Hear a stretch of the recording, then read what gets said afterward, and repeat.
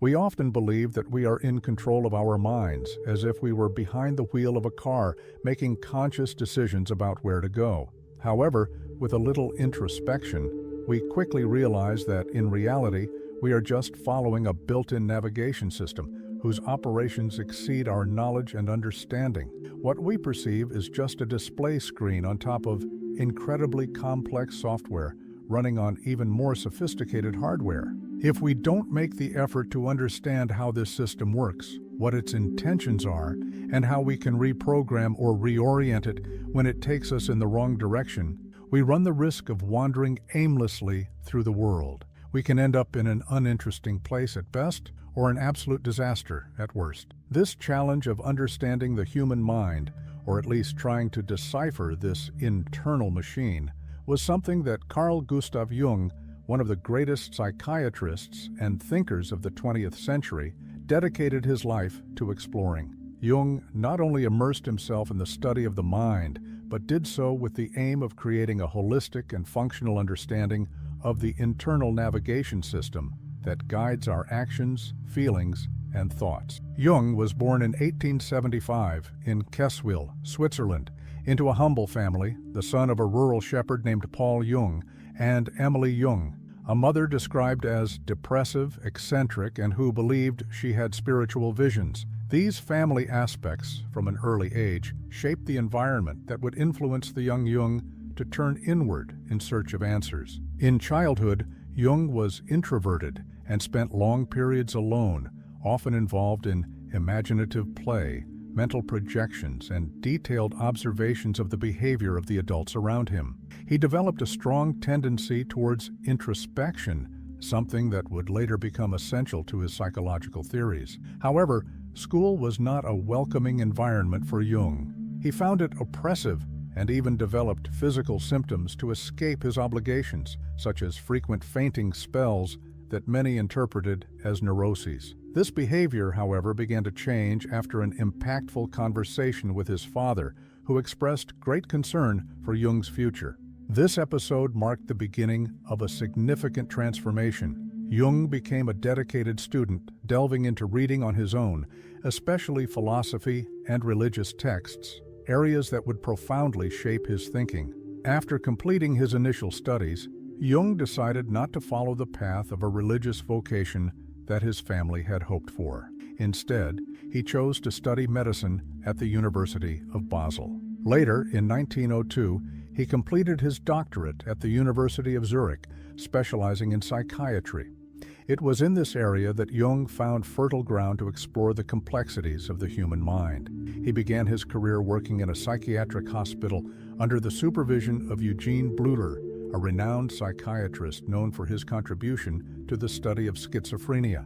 This period was crucial to the development of Jung's initial ideas, as it gave him access to patients whose extreme mental conditions defied simplistic explanations and demanded a deeper, more integrative approach. Over time, Jung began to gain recognition for his innovative ideas, which eventually brought him into contact with Sigmund Freud, the renowned Austrian psychologist who was revolutionizing the field of psychoanalysis. The meeting between Jung and Freud in 1907 was remarkable. The two talked for an impressive 13 consecutive hours, an immediate indication of the intellectual connection they shared. This relationship quickly turned into a friendship and professional partnership, with the two exchanging ideas, analyzing each other's dreams, and collaborating on various occasions. For years, they traveled together, holding lectures and debates that profoundly influenced modern psychology. However, despite their close relationship, there were underlying tensions. Freud, older and already established as a leading figure in psychology, occupied a mentoring position in the dynamic between the two, something that Jung began to feel was limiting as his own career progressed. In addition, the theoretical differences between them became increasingly evident.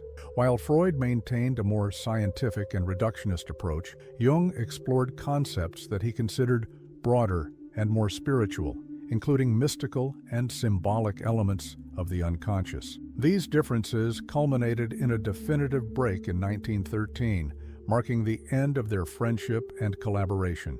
This period was particularly difficult for Jung. The break with Freud, who until then had been a father figure and an important ally, triggered a deep psychological crisis. Between 1913 and 1918, Jung went through what he himself described as a psychic breakdown. However, rather than being consumed by the crisis, Jung used this experience as a catalyst for introspection and experimentation.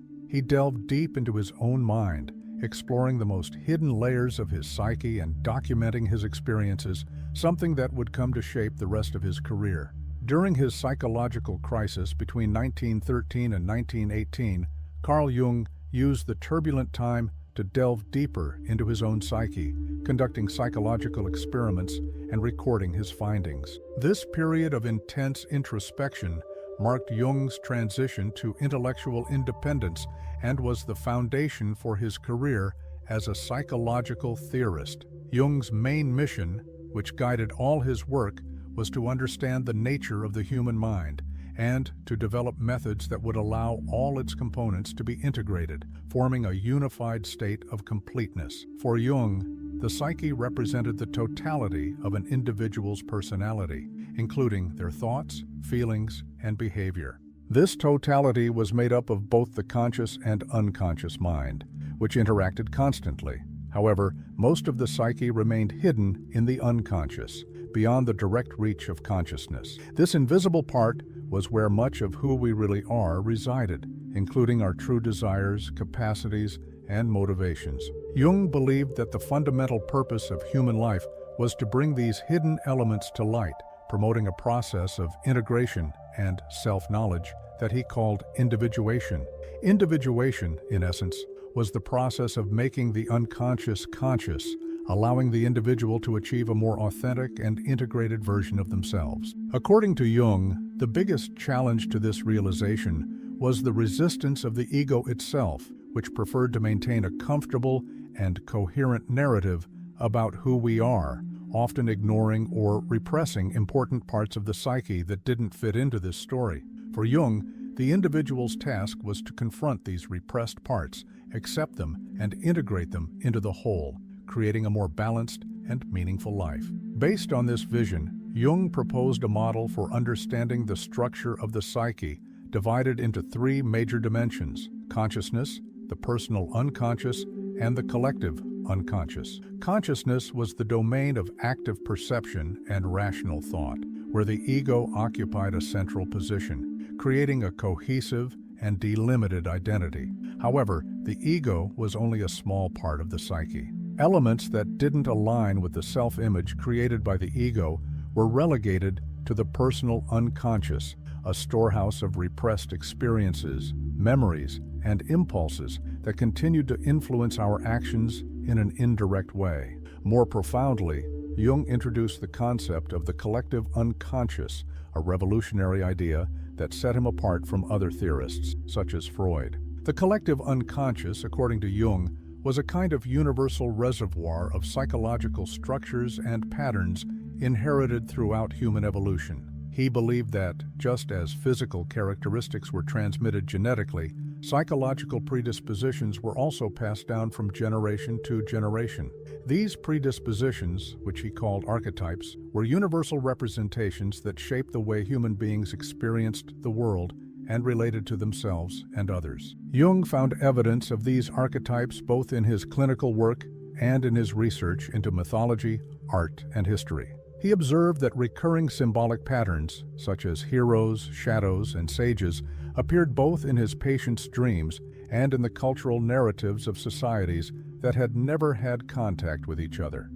For Jung, this indicated the existence of a shared psychological basis among all human beings, a common source of meaning and connection that transcends cultures and eras. In Jung's model, the process of individuation involved recognizing and integrating the different aspects of the psyche, including the ego, the personal unconscious, and the collective unconscious. To achieve this, it was necessary to confront and integrate the shadow, a central concept in his theory. The shadow represented everything that the ego rejected or denied in itself, including flaws, fears, and unwanted impulses. For Jung, Ignoring the shadow was dangerous, as it could manifest itself in destructive and unconscious ways. Only by recognizing and accepting it could the individual achieve a more authentic and balanced state. Jung believed that this process of self-knowledge and integration was not only a path to individual growth,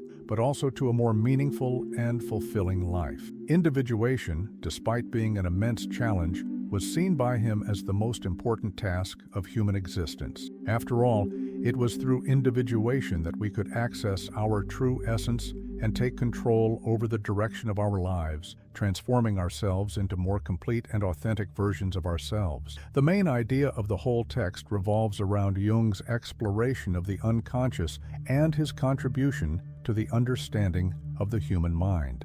He showed how self-knowledge and the integration of the conscious and unconscious aspects of the psyche are fundamental to achieving a more complete and authentic life. Now tell me, what do you think of Jung's explanation of the unconscious and individuation? Do you ever feel that parts of yourself are hidden or repressed? Leave your opinion in the comments and don't forget to like it.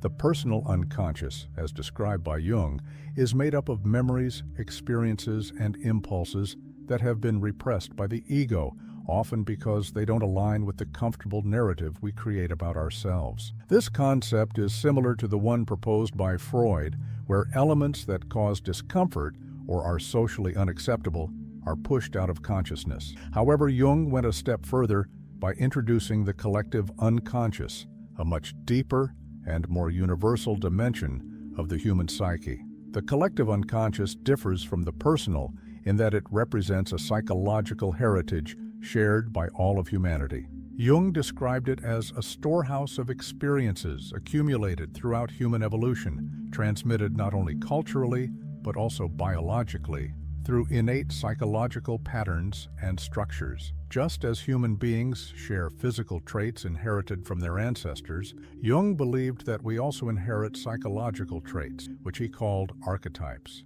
Archetypes are universal patterns that shape our experiences, thoughts, and behaviors. They are not specific images, but predispositions that influence the way we perceive and react to the world. Examples of these archetypes include the hero, the shadow, the sage, the mother, the lover, and the trickster. These archetypal figures appear recurrently in myths, legends, religions, and the arts around the world, often in cultures that have never had contact with each other. For Jung, this was clear evidence of the existence of a psychological basis common to all humanity. An interesting example is the hero archetype, which appears in stories as diverse as Greek mythology, with Hercules, and modern tales such as superhero stories. The hero symbolizes the struggle against adversity and the desire to overcome, reflecting a universal human need to find meaning and purpose in the face of difficulties. Similarly, the shadow archetype represents the dark aspects of the psyche, everything that we repress or deny in ourselves, but which nevertheless exerts a significant influence on our behavior and decisions.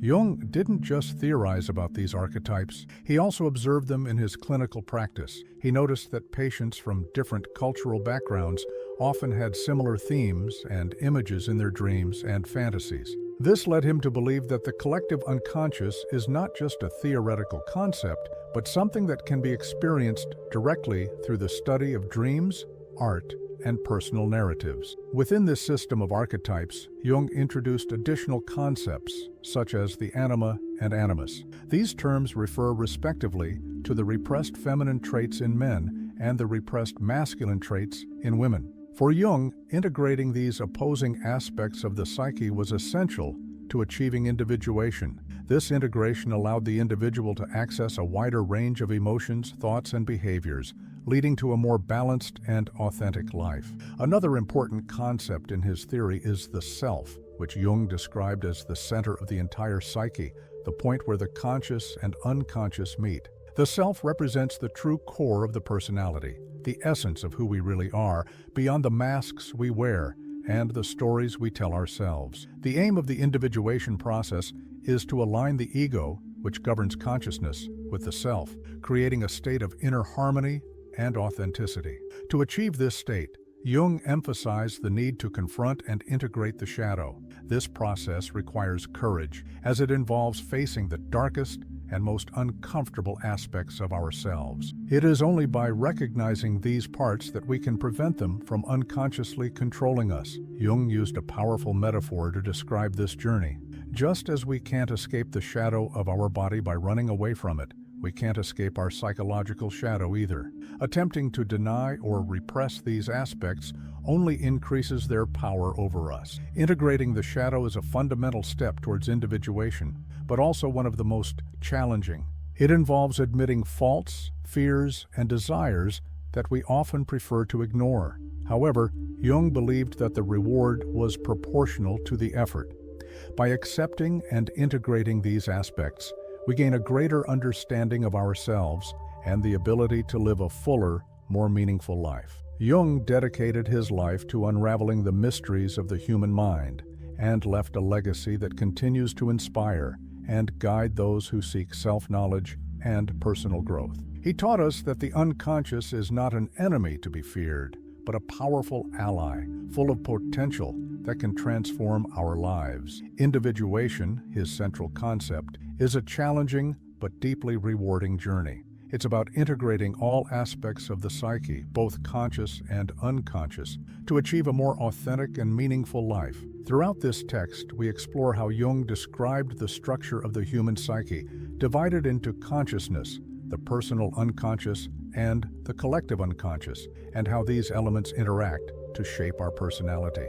We understood the importance of archetypes, such as the hero, the shadow, and the self, in the construction of our internal and external narratives. More importantly, we saw how confronting and integrating these aspects, especially the shadow, is essential to achieving individuation and living in harmony with who we really are. The main learning we can take away from this reflection is that self-knowledge is not just a luxury or an optional choice, but a necessity for a fulfilling life.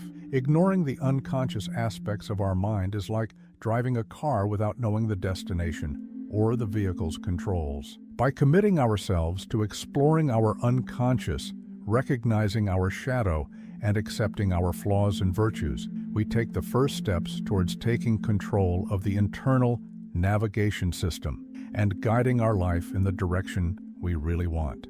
Jung reminded us that this journey is not easy and will probably never be complete. After all, there will always be aspects of ourselves that still need to be discovered and integrated.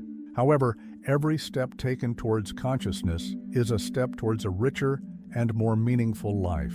Individuation is not about achieving perfection, but about accepting our imperfection and working with it to build a truer and more satisfying existence. Now that we've explored Jung's ideas, how about reflecting on how you can apply these concepts to your own life? Think about the parts of yourself that you haven't confronted yet, the repetitive patterns that may be rooted in the unconscious, or the times when your shadow may have influenced your decisions. What could you learn from bringing these elements into the light of awareness? If you found this content useful and believe it could help someone you know, share this video with them. Also, leave a like. It's essential to support the channel and helps us to keep bringing deep reflections like this. And tell me in the comments which aspect of Jung's ideas resonated with you the most. I'm curious to know how these concepts have impacted your view of self-knowledge.